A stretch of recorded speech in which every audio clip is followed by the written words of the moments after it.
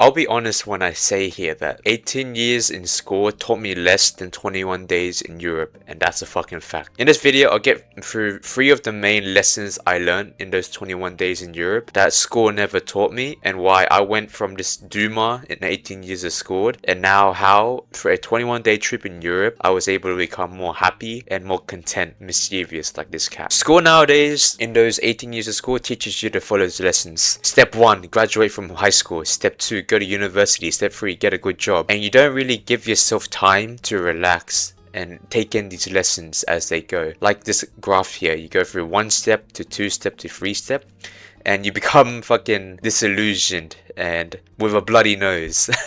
Like this is what being in school feels like. But being able to solo travel in those 21 days taught me to adapt to different situations and how to be a more chill guy, riding the waves of whatever comes and having my expectations low. To give you guys a story, when I first arrived in Europe, I was really anxious.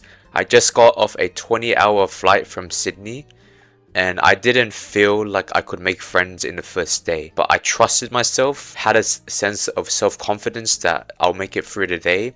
And I actually made some of the best moments in that first night in my hostel that I ever had compared to 18 years in school. In school, they give you a manual on how to act, but solo traveling and trusting myself in Europe gave me the ability to be like a chameleon, adapt to my situations. If a roadblock hits me, I can go around it, or I can go through it, you know. And like this chill guy, I knew how to take things as they go, like a wave. In comparison to school, where if I don't have a step, I can always ask the teacher. But solo traveling in Europe teaches me how to be self-confident in myself.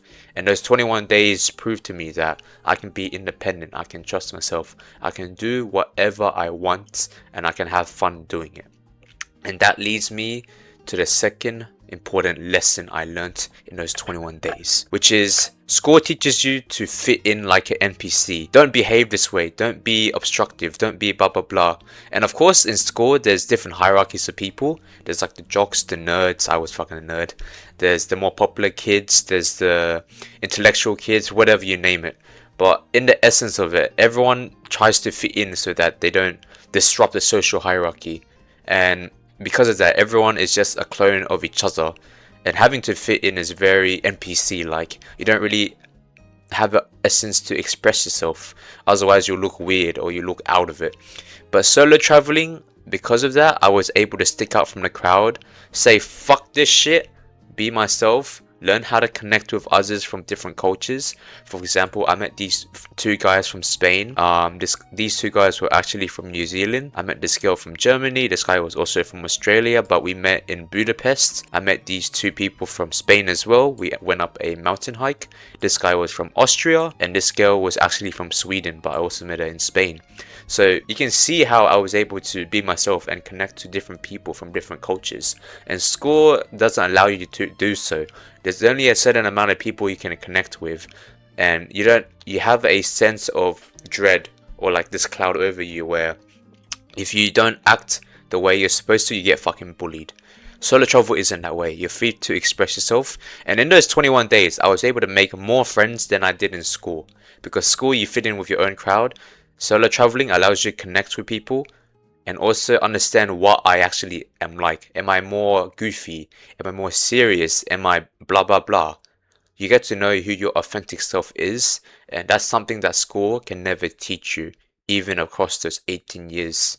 And the last main lesson, but also feel free to stay to the end because I got an extra main lesson, is the idea of school tells you to delay life. For example, the trap everyone falls into is once I get X, then I'll be happy.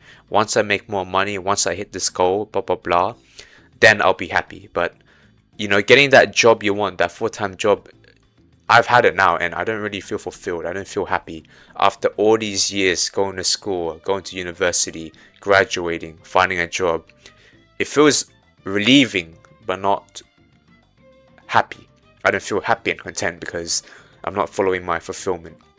And traveling, on the other hand, it teaches you to be present in the moment and allows you to enjoy whatever comes to you as they go. You can't really solo travel and not enjoy your time there. Otherwise, you'll start to hate it and dislike it. And just like me and my friend, this guy was actually from Japan, so he's not technically Europe, but it is what it is. The same rule applies because I actually went partying in Europe, but it taught me to just go with the flow of the music you hear in the nightclub, enjoy things that pop up, whether life is, it's highs or lows like a parabola. Just be present.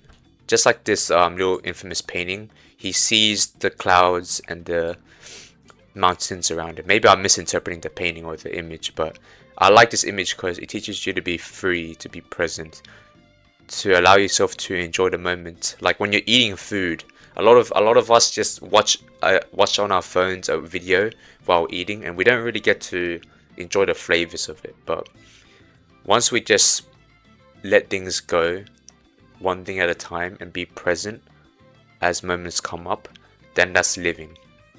Just like the quote here, if you can't enjoy the process, you won't enjoy the outcome. The finish line always moves. It's about learning to love the process. And school always tells you to delay it. Okay, once you finish school, then you have to go to finish university. Or once you finish university, then you have to get a job. Or you can finally relax when you work for 40 years and you retire. It's like, when is the end goal? When is the finish line? There isn't. So why are we harming ourselves with a finish line that always moves, when we can just be present and enjoy whatever moments come up?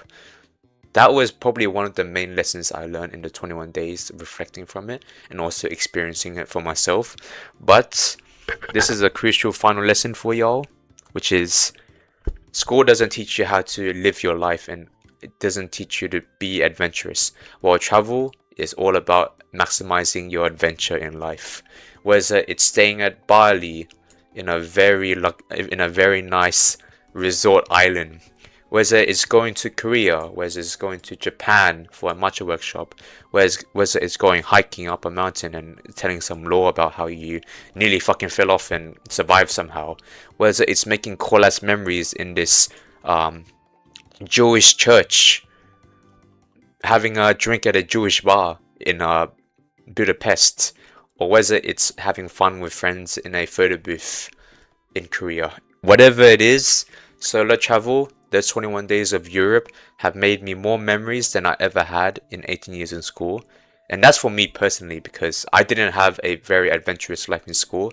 And maybe for you guys who have a more adventurous life in school, maybe that's definitely up to interpretation. But for me, solo traveling in Europe allowed me so many different adventures, and solo travel as a whole allowed me to express myself in ways I wouldn't able to understand myself, to build self-confidence, to connect with others, and final lesson, to be present in the moment. Those three are so important, and the main one is you can enjoy your life through an adventure which you will never forget. So if you enjoy these lessons, feel free to subscribe to the channel for more solo travel content. And yeah, leaving me in the comments what you think of solo travel compared to school or university, or even a commentary on life itself. But yeah, hope y'all enjoyed. See you in the next video. Ciao.